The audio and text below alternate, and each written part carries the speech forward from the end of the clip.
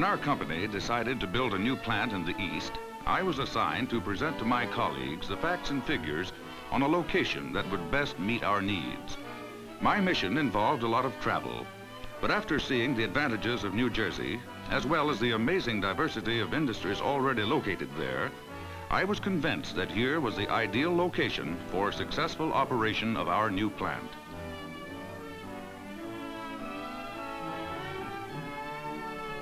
I began at the Coliseum in New York City, where the National Industrial Development Exposition was taking place. From the New Jersey exhibit, assembled by the state government and many private organizations, I learned that while New Jersey is only 45th in size among the continental states, it ranks 8th in population and 7th in the value of goods added by manufacture. It's a top farming state also, being first in farm income per acre. #1 producer of chemical products. A leader in scientific research. Ranks 3rd in the making of wearing apparel. 3rd in instruments and related products. 4th in electrical machinery. 5th in rubber products. 5th in miscellaneous manufacturing. 6th in stone, clay, and glass products. 6th in petroleum and coal products. 6th in tobacco manufacturing. 6th in transportation equipment. 6th in food and kindred products. 7th in fabricated metals. 8th in printing and publishing. 9th in paper and allied products. 10th in primary metals. 10th in non-electrical machinery. It ranks high in leather making, furniture and fixtures, and many other fields. New Jersey offers an ideal marketing location. We can ship overnight to almost 1/3 of the nation's population, 12 key states, and the District of Columbia. The great cities of New York and Philadelphia are right at hand. Our overseas markets may be easily reached through some of the greatest port facilities in the country. The ports of Camden, Trenton, and Philadelphia are located on the Delaware River, the largest freshwater harbor on the eastern seaboard.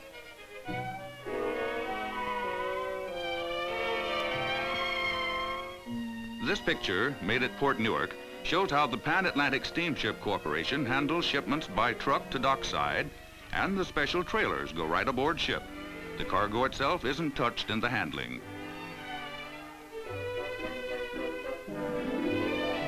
Modern, rapidly growing Port Newark is an important part of the Port of New York, a great deal of which actually lies within the state of New Jersey.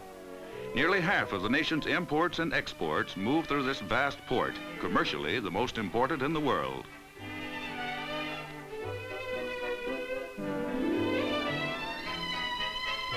There is more railroad trackage per square mile in New Jersey than any other state in the nation. This is the Central Railroad of New Jersey's terminal at Jersey City, one of the many large yards that serve the New York port.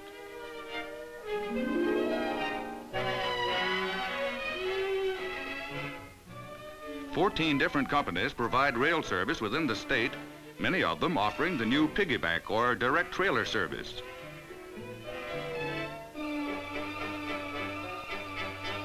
The electrified Pennsylvania is but one of 8 major routes. I found the state's highway system to be tops, whether I took an express route or a quiet country byway.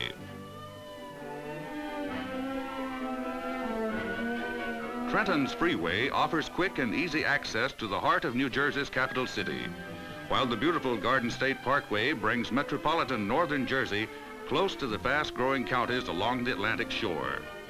The New Jersey Turnpike, a major artery of commerce, connects the New York City area with main routes to the south and the west.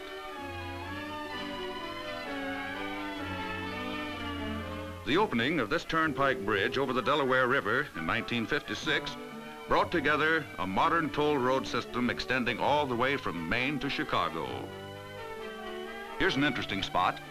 A local thoroughfare, the Garden State Parkway and the Turnpike all cross at this single point near Woodbridge. New Jersey is often called the crossroads of the East, and for good reason. The turnpike goes right by Newark Airport, one of 3 major air terminals in New Jersey. Located within 10 minutes of downtown Newark, the airport's modern terminal building is noted among travelers for its fine shops and restaurants. Newark Airport is linked by road and air shuttles with the other leading terminals of the New York metropolitan area. Pilots hold Newark Airport in high esteem because of its exceptionally fine navigational system.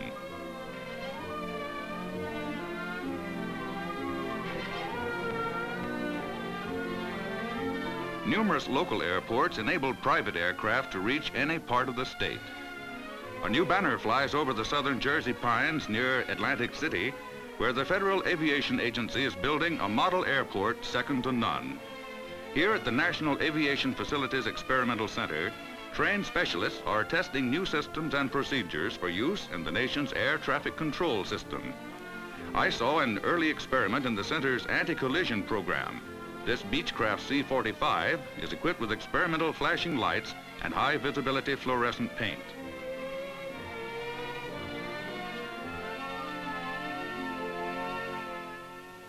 From transportation, I turn to the question of finding new employees, and I feel there'll be no problem at all getting the skilled help we need for our offices and for the plant itself.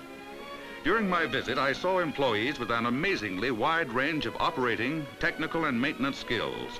And I learned that on vocational training, New Jersey spends more than double the average of other leading states. I might add that the history of labor relations here is one of stability and maturity.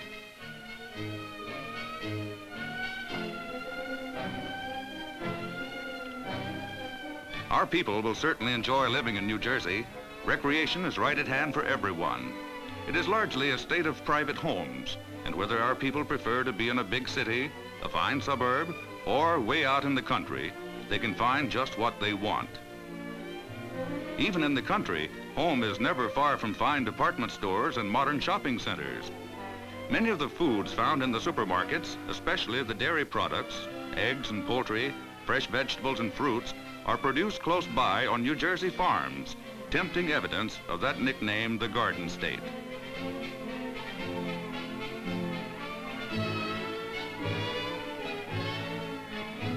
Here's a novel idea developed by the Grand Union Company. It's a shopper's automat where you can buy food for the family even when the market is closed. Looking into educational opportunities in New Jersey, I visited several colleges and universities, including Princeton, seen here, and Rutgers, the state university. I was impressed not only with the range of courses offered, but also by the way both public and private institutions work side by side with business and industry in important economic and scientific research. I found, too, that education facilities are constantly used for advanced training of executives and supervisors.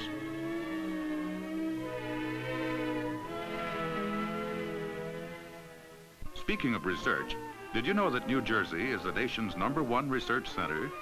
The work at Air Reduction Company's Murray Hill Center typifies the way in which some 500 research organizations in the state are exploring problems in such diverse fields as medicine, fuels, chemicals, plastics, and many others. They're at work, too, on our space-age problems of rocketry, communications, metallurgy, ceramics, and nuclear energy.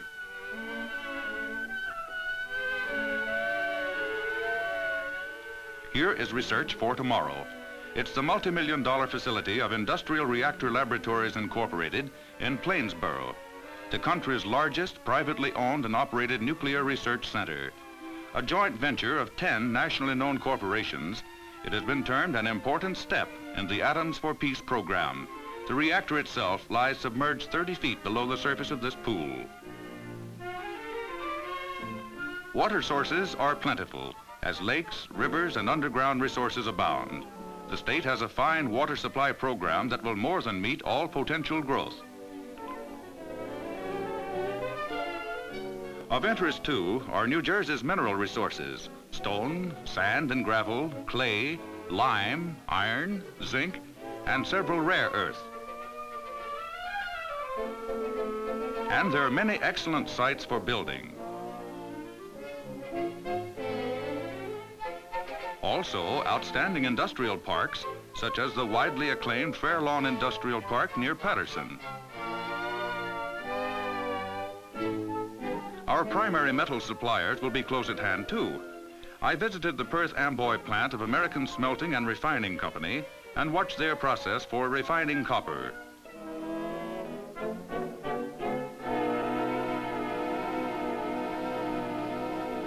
Here, the molten metal is being poured into ingots. In its liquid form, the copper looks almost like pink lemonade.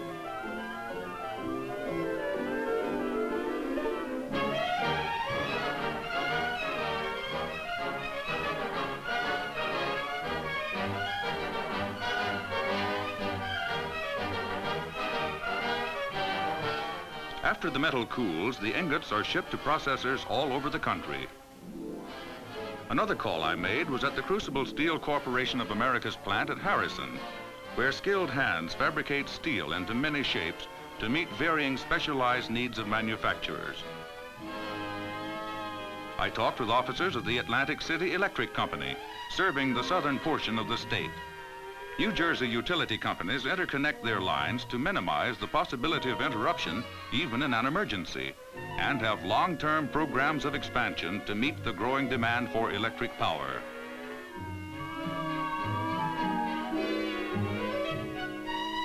If we build our plant in New Jersey as Westinghouse Electric did when they erected this radio television plant in Middlesex County, we should know about several important public and private organizations that serve the interest of business and industry within the state.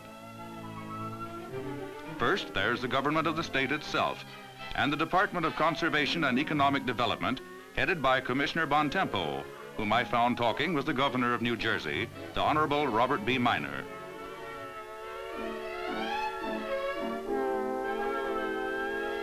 An important private organization is the New Jersey Manufacturers Association, which provides, for example, detailed information on labor contracts from its unusual file of hundreds of collective bargaining agreements. Here in the Newark office, a staff specialist adds his knowledge and experience to the information in the files.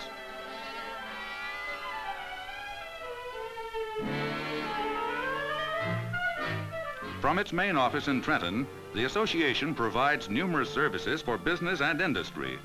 Its staff studies legislative proposals and analyzes their possible effect upon the state's business climate. President Henry W. Johnson represents more than 10,000 business firms dedicated to serving the economic welfare of the state. Policies with respect to public issues are set forth by committees, representatives of the member firms who analyze developments within their specialized fields. Automatic mailing machines speed the flow of information and decisions, often in the form of bulletins like these to the membership throughout the state.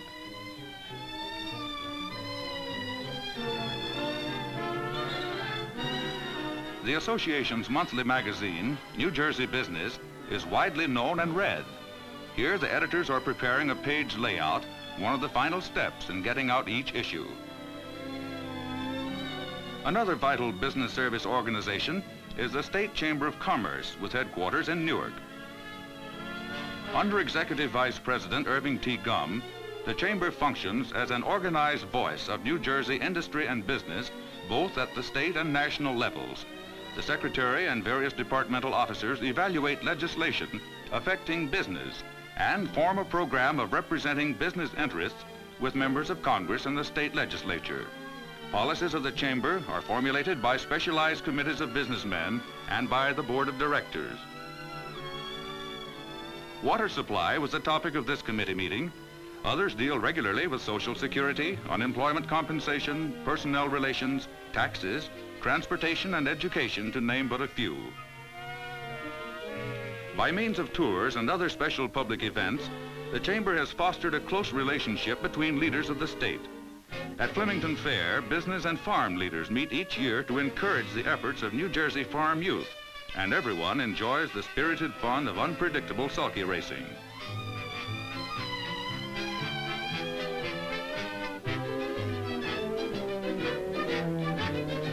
The Southern New Jersey Development Council, another participant in the state exhibit, offered us many valuable locational services.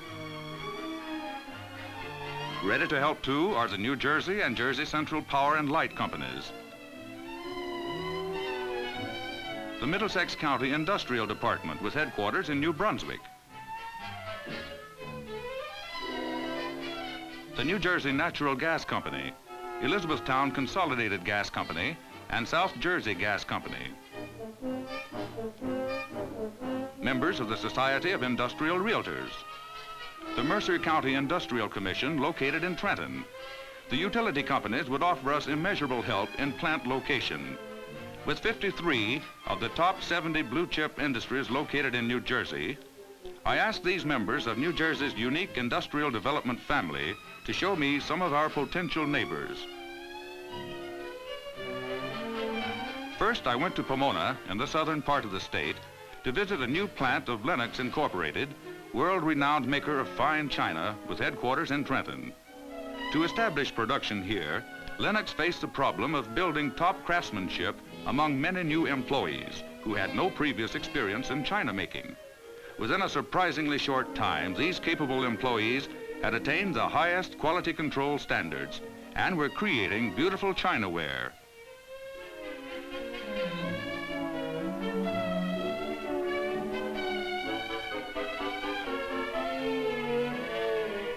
Used even in the White House. The T.C. Wheaton Company in Millville, one of several major glass manufacturers located in southern New Jersey. The company makes specialized glass and plastic containers for pharmaceuticals and cosmetics, as well as industrial and laboratory glassware and electronic specialties. This entirely automatic bottle plant turns out more than 1 million containers a day.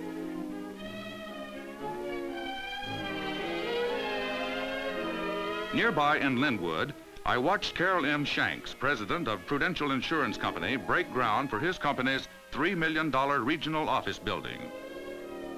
Here's a picture I think you'll enjoy. My visit to New Jersey came when the eyes of the nation were focused upon Atlantic City and the annual Miss America pageant. This yearly search for the ideal American girl begins as the contestants pose for news cameramen on the broad beach near Convention Hall.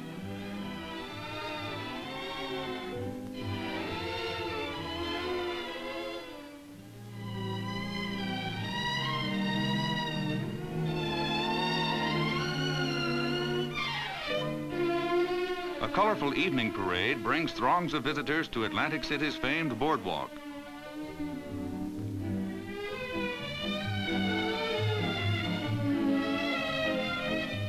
During the pageant, the girls are judged for their poise, for their beauty in formal gowns, for special talents,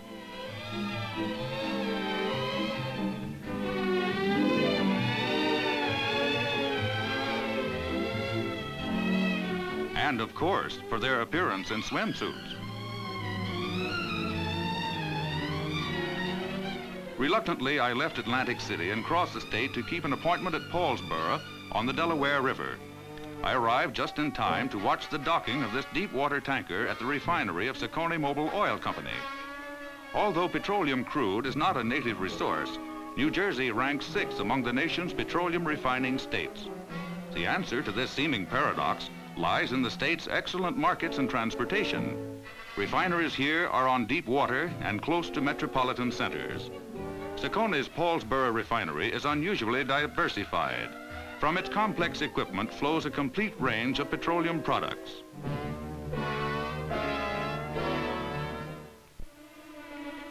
Here's another prospective neighbor, Johnson & Johnson's new surgical dressings plant and its baby products division. J&J has deep roots in New Jersey. Established in 1874, the company has a number of ultra-modern plants in the rapidly growing New Brunswick area. Combining beauty and function, this decorative pond holds an auxiliary plant water supply. Calling at the plant office, I learned from Manufacturing Vice President Claude Swank that their surgical dressings plant is the largest in the world. He showed me their highly automated production line where numerous baby products are made and packaged under the strictest of sanitary conditions. Electronic eyes check each bottle before packing for shipment throughout the world. I saw, too, how production throughout this award-winning one-story plant is linked by a completely automatic conveyor system.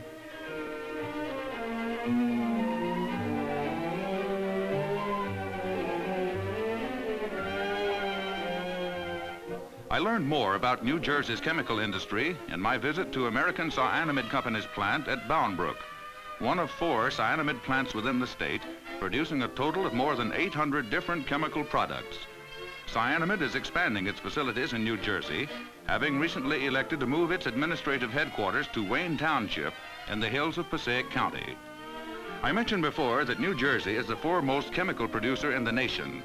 Actually, there are more than 850 different chemical manufacturers here, and their output tops $1 billion annually. I found virtually all of the big name companies here and a great emphasis upon research.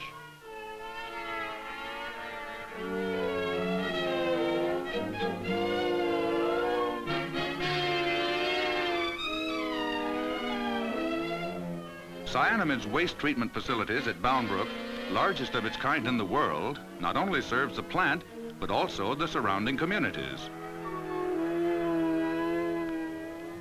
Nearby in Woodbridge, I saw the beautiful new world headquarters of the Ronson Corporation, makers of small appliances including shavers and lighters, as well as aircraft parts and other precision products. New Jersey's deep water shipping convenience was pointed up again at Carteret, where I watched employees of American Agricultural Chemical Company unload raw phosphates from an ocean-going vessel.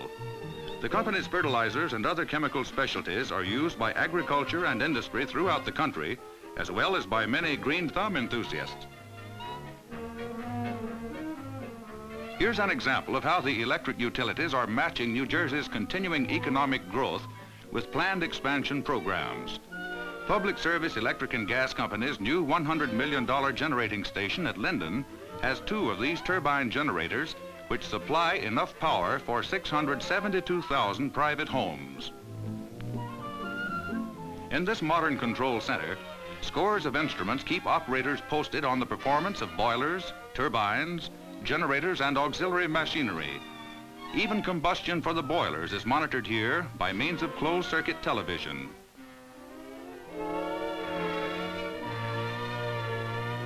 At Newark, New Jersey's largest city, I found Prudential Insurance Company's home office employees watching construction of Prudential Plaza, new headquarters for the corporation and part of a $20 million redevelopment involving Prudential's complex of buildings within Newark's downtown area. The new 24-story Plaza building will be faced with aluminum and white marble. Prudential employs some 9,000 persons in its Newark home office, most of them women in skilled clerical or keyboard positions. This card-fed machine types out life insurance policies automatically. Out of these rotary files, each containing 135,000 cards, the file clerk picks a single card that is a basic record for one of Prudential's 35 million policyholders.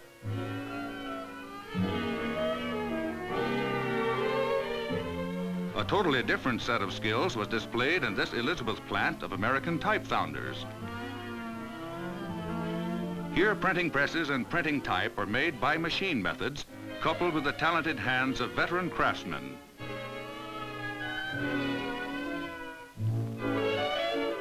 In the suburban community of Summit, the modern research and production facilities of Ciba Pharmaceutical Products Incorporated are located on a 78-acre tract of land.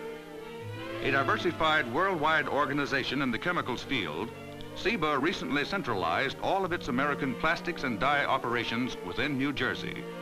Ciba started operations here in 1937. Since then, this plant has grown at the rate of a new building a year. Today, the company is producing 45 products that are issued in 121 different forms.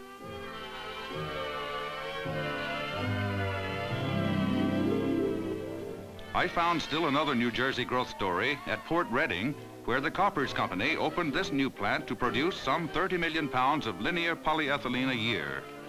Koppers has 6 other plants in New Jersey. Their products range from coke for steel mills and foundries to gas, coal tar products, chemicals, and plastics. This new polyethylene plant serves plastic molders and fabricators all over the nation.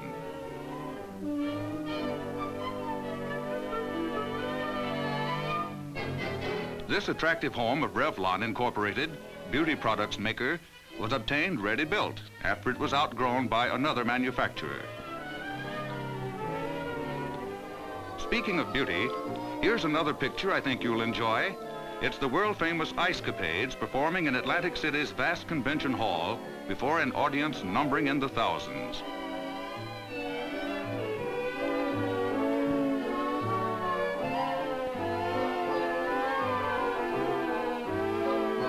As I watch these graceful and talented performers, I realize that New Jersey offers a truly outstanding variety of fine family entertainment.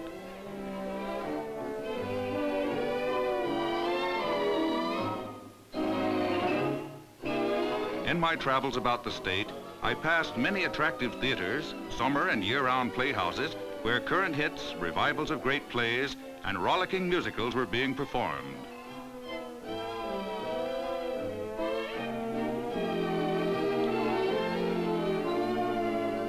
Family pleasure, I've learned, is literally a hallmark of living in New Jersey. Your family will look forward to a day at the shore on broad, safe beaches where great resort hotels and motor inns offer accommodations close to the colorful and exciting attractions of world-renowned boardwalks, castles in the sand, casting in the surf, sailing or powerboating from the beautiful state marinas. These are just a few of the seashore's many pleasures. Imagine yourself among these happy fishermen. New Jersey's excellent parks, its quiet mountain lakes, its many wonderful attractions for youngsters of all ages, and its nearness to the metropolitan attractions of New York City. All these convinced me that New Jersey is the place for our people. To review briefly, New Jersey's transportation picture, air, highway, rail, and water, typified by this busy scene near Port Newark, assures us of fast and dependable shipping by motor truck, and excellent freight and passenger service by water, by air, and by railroad. Water supplies are plentiful. Important research facilities are close at hand. Housing prospects are attractive. Labor is skilled and plentiful. Primary metals are here. Power services are ample. Good sites are available. Education facilities are superb. It's the heart of the America's greatest markets and a grand place to live, work, and play. Here in New Jersey's favorable business environment and at the gateway to world markets, we'll find a wealth of opportunity for our company and for our products to serve all mankind.